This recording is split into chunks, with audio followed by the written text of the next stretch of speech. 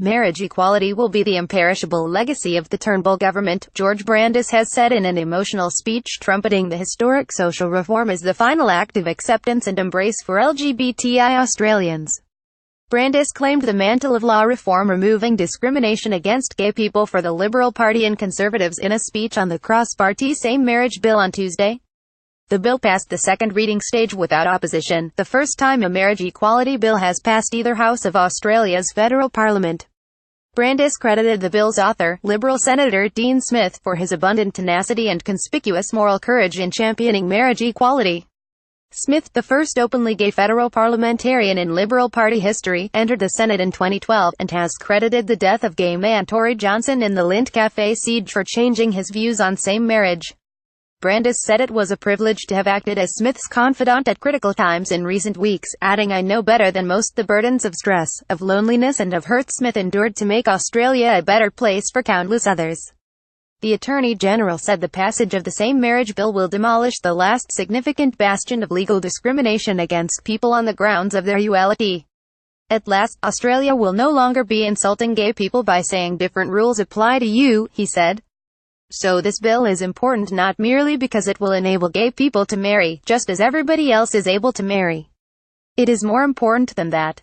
After centuries of prejudice, discrimination, rejection and ridicule, it is both an expiation for past wrongs and a final act of acceptance and embrace. Brandis said that, particularly for young gay Australians who have lived with fear silently and alone, the bill would send the message there is nothing wrong with you. You are not unusual, there is nothing to hide. You are a normal person and, like every other normal person, you have a need to love. Whom you love is for you to decide and others to respect. Brandis said Turnbull was the first Australian Prime Minister to have advocated and prosecuted this cause and it was appropriate it would be fulfilled by a Liberal government. He said it would stand as one of the signature achievements of the Turnbull government, an imperishable legacy that would rise above tawdry, day-to-day politics and the ephemera of debates about the economy and political intrigues. In the only reference to Labour, which will provide the most votes for the reform in both the Senate and House of Representatives, Brandis said it would be churlish not to acknowledge the role of so many in the Labour Party in also promoting this cause.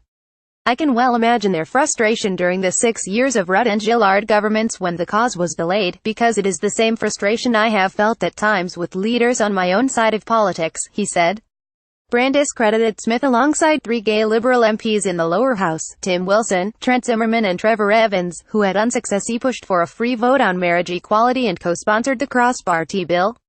But of course, towering above this debate, we must acknowledge the seminal role of the member for Leichhardt, Warren Entsch, he said. Brandis said Entsch was regarded as an unlikely champion of the cause of same marriage but is in many ways its ideal champion, embodying as he does, in his exuberance, generosity, lyric and spirit and his gentle soul, so many of the qualities which are so essentially Australian. Brandis said although Australia had been slow to reach this day, noting it was the last English-speaking democracy to embrace marriage equality, when it came joyously and triumphantly. And it came, most importantly, from the Australian people themselves, he said in reference to the Turnbull government's decision to require people to vote in a postal survey before considering a marriage bill.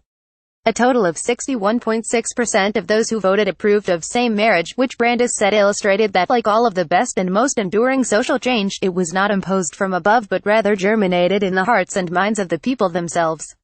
Now that the Australian people have spoken, it is for us, their elected representatives, to respond. In the committee stage, Labour, the Greens, the Nick Xenophon team, Darren Inch and a group of coalition moderates combined to defeat the first branch of Conservatives' amendments 42-24. Coalition senators in that group were Dean Smith, Simon Birmingham, Maurice Payne, Nigel Scullion, Linda Reynolds, and Jane Hume. If that group holds, the Conservatives' amendments are unlikely to pass, after Labour decided to vote down all substantive amendments.